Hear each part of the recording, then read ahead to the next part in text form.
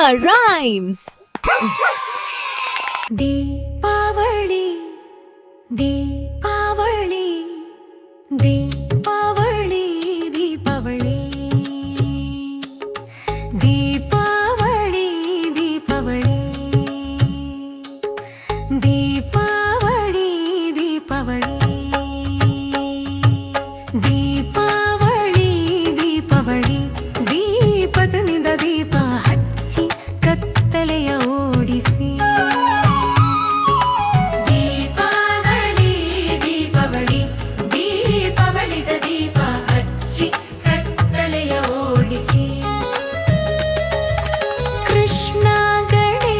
ಜೊತೆಗೆ ಹಬ್ಬ ಮಾಡಿ ಸಿಹಿ ತಿನಿ ಪಟಾಕಿ ಹಚ್ಚಿ ಕುಣಿದು ಕುಣಿದು ಹಾಡಿ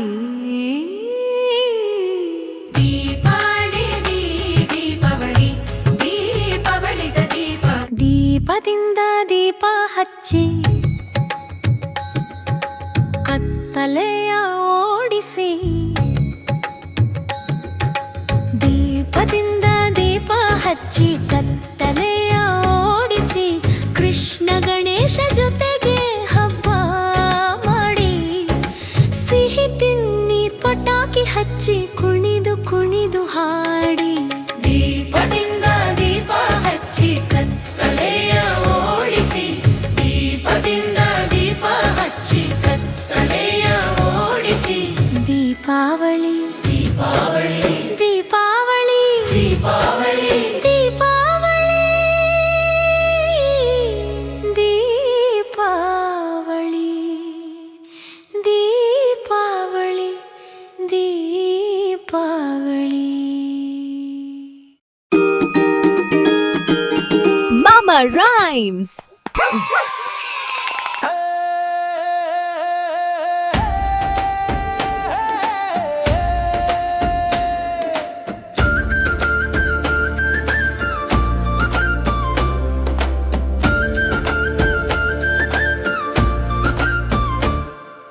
ಬಂತು ಬಂತು ದೀಪಾವಳಿ ಬೆಳಕಿನ ಹಬ್ಬ ದೀಪಾವಳಿ ದೀಪ ಹಚ್ಚೋಣ ಪಟಾಕಿ ಹೊಡೆಯೋಣ ಸಿಹಿ ಹಂಚೋಣ ಎಲ್ಲರೂ ಸೇರಿ ಹಬ್ಬ ಮಾಡೋಣ ಬಂತು ಬಂತು ದೀಪಾವಳಿ ಬಂತು ಬಂತು ಬೆಳಕಿನ ಹಬ್ಬ ದೀಪಾವಳಿ ಬೆಳಕಿನ ಹಬ್ಬ Deepavali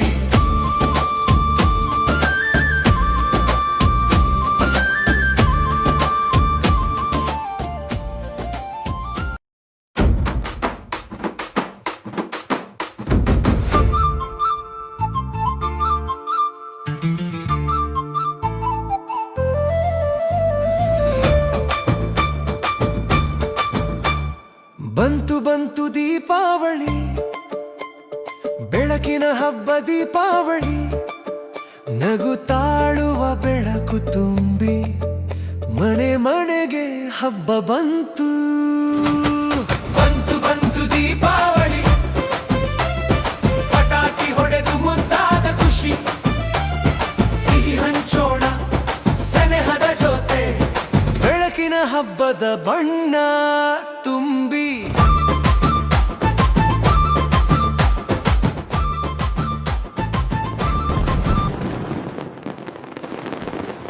Happy Deepavali to all. Happy Deepavali to all.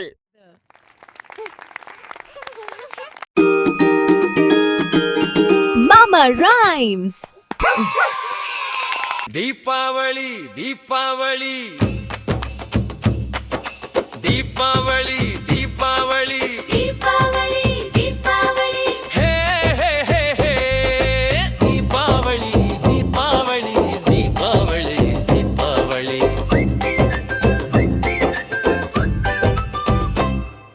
ಬೆಳಕಿನ ಹಬ್ಬ ದೀಪಾವಳಿ ದೀಪ ಹಚ್ಚಿ ಪಟಾಕಿ ಹೊಡೆದು ಸಿಹಿ ಹಂಚಿ ಕುಣಿಯೋಣ ಬನ್ನಿ ಎಲ್ಲರೂ ದೀಪಾವಳಿ ದೀಪಾವಳಿ ದೀಪಾವಳಿ ದೀಪಾವಳಿ ದೀಪಾವಳಿ ಹೇ ಹೇ ಹೇ ಹೇ ದೀಪಾವಳಿ ದೀಪಾವಳಿ ದೀಪಾವಳಿ ದೀಪಾವಳಿ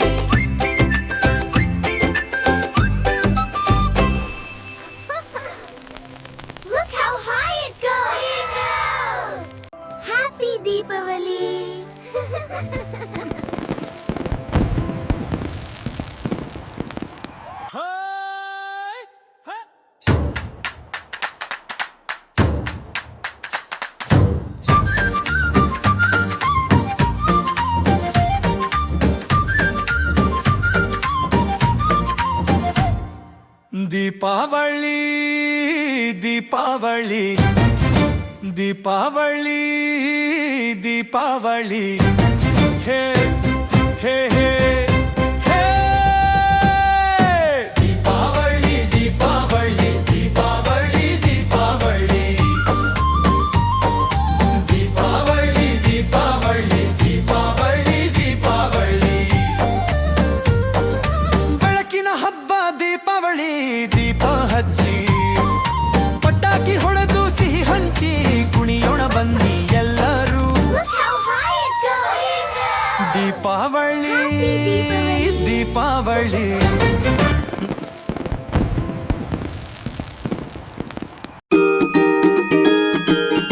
Mama Rhymes.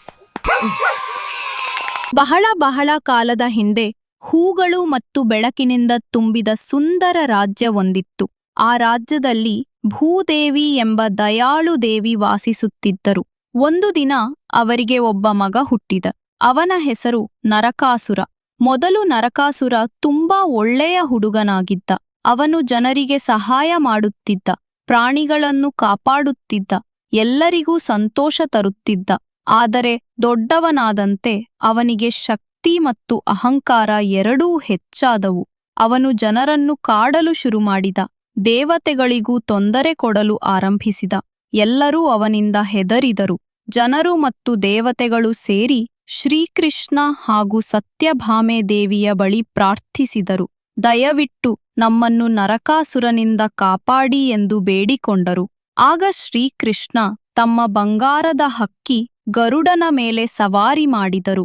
ಅವರ ಜೊತೆ ಸತ್ಯಭಾಮೆ ದೇವಿಯೂ ಹೋದರು.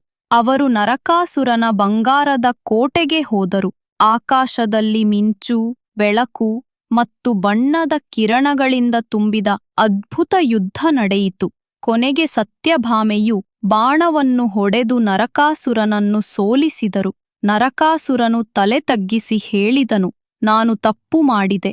ನನ್ನ ಸಾವನ್ನು ದುಃಖದ ದಿನವನ್ನಾಗಿ ಮಾಡಬೇಡಿ. ಆ ದಿನವನ್ನು ಬೆಳಕಿನ ಹಬ್ಬವಾಗಿ ಆಚರಿಸಲಿ ಶ್ರೀಕೃಷ್ಣ. ಅದಕ್ಕೆ ಒಪ್ಪಿದರು. ಆ ದಿನದಿಂದ ಎಲ್ಲರೂ ದೀಪ ಹಚ್ಚಿ, ಮನೆ ತೊಳೆದು, ಹೊಸ ಬಟ್ಟೆ ಹಾಕಿ ಸಂಭ್ರಮಿಸಲು ಶುರು ಮಾಡಿದರು. ಆ ದಿನವನ್ನು ನರಕ ಚತುರ್ದಶಿ ಅಥವಾ ದೀಪಾವಳಿ ಎಂದು ಕರೆಯುತ್ತಾರೆ. ಅದು ಒಳ್ಳೆಯತನ, ದುಷ್ಟತನವನ್ನು ಗೆದ್ದ ದಿನ.